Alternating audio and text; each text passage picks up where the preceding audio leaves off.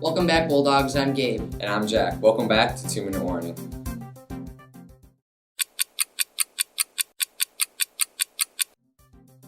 In this episode, we'll be recapping the Super Bowl, checking in on NBA news and standings, and looking at early March Madness picks, along with the NCAA basketball standings, all along with predictions. Before we start, Jack, I'd like to inform everyone that Mark D'Antonio has stepped down as the Michigan State football head coach, saying that he wants to spend more time with his family. And also, many players from the MLB are moving teams. Mookie Betts and David Price are going to the Dodgers, and Jack Pearson will join Mike Trout and the Angels.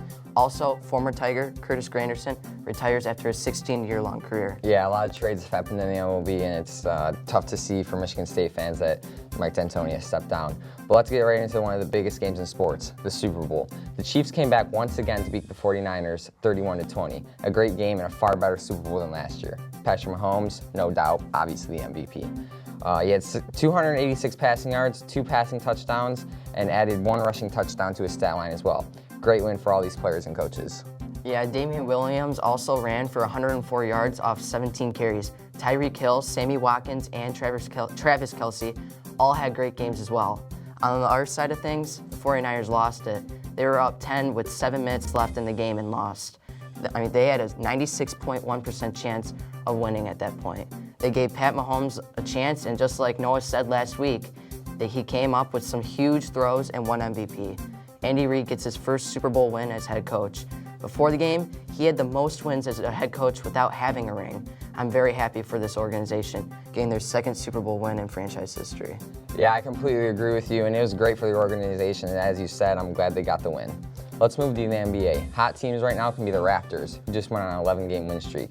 Damian Lillard has been on fire these past 10 games, averaging 36 points per game, and is shooting 50% from the field. James Harden, though, is still leading the league in scoring with 35.7 points per game.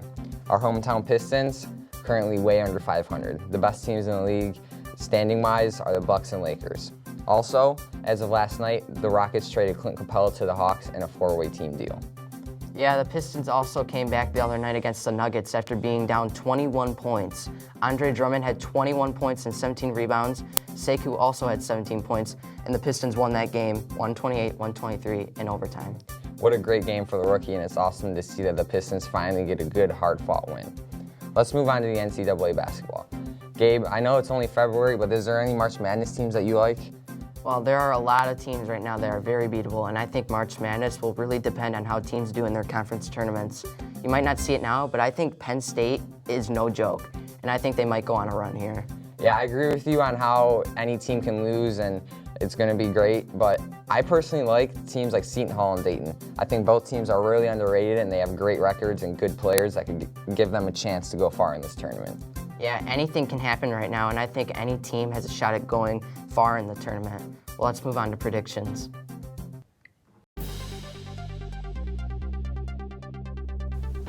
All right, Gabe, let's start with NCAA basketball. Michigan versus Michigan State. Who do you think is going to come out with the win in this rivalry game? Well, both teams coming off huge losses at home. Michigan lost to Ohio State at home, and Michigan State lost to Penn State at the Breslin Center as well.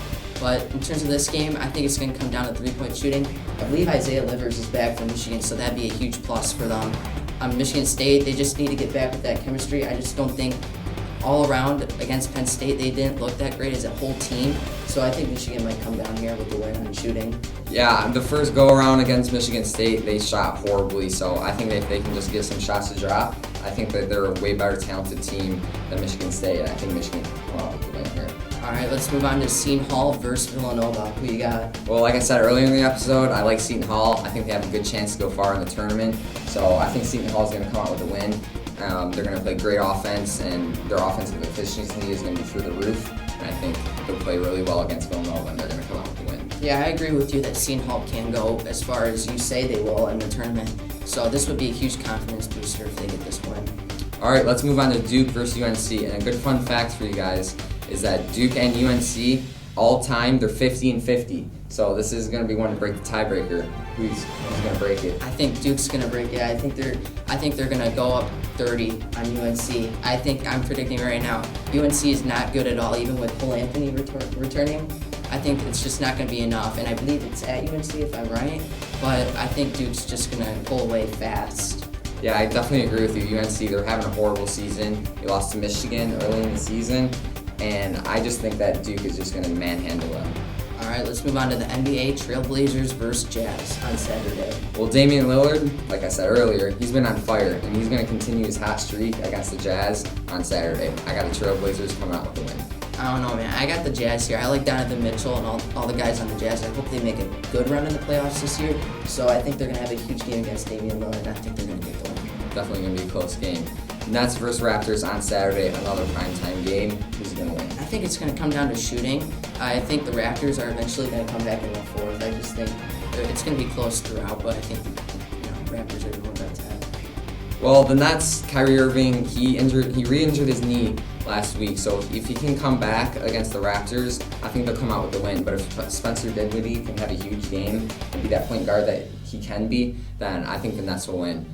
So. All right, let's move on to Sunday. The Jazz play the Rockets again, same weekend. We got that. Well, James Harden, it's in Houston. I think James Harden's going to put on a show for his fans, and I think he's going to have a monster game, over 40 points in this one, I predict. And I think the Rockets are just going to have their way with the Jazz. Oh, yeah, definitely, especially if they're at home. That's all for this episode. I'm Jack. Tune in next time for news, highlights, and predictions. And also, check WBRW for boys varsity basketball announcing and commentating by me and Gabe. I'll see you next week.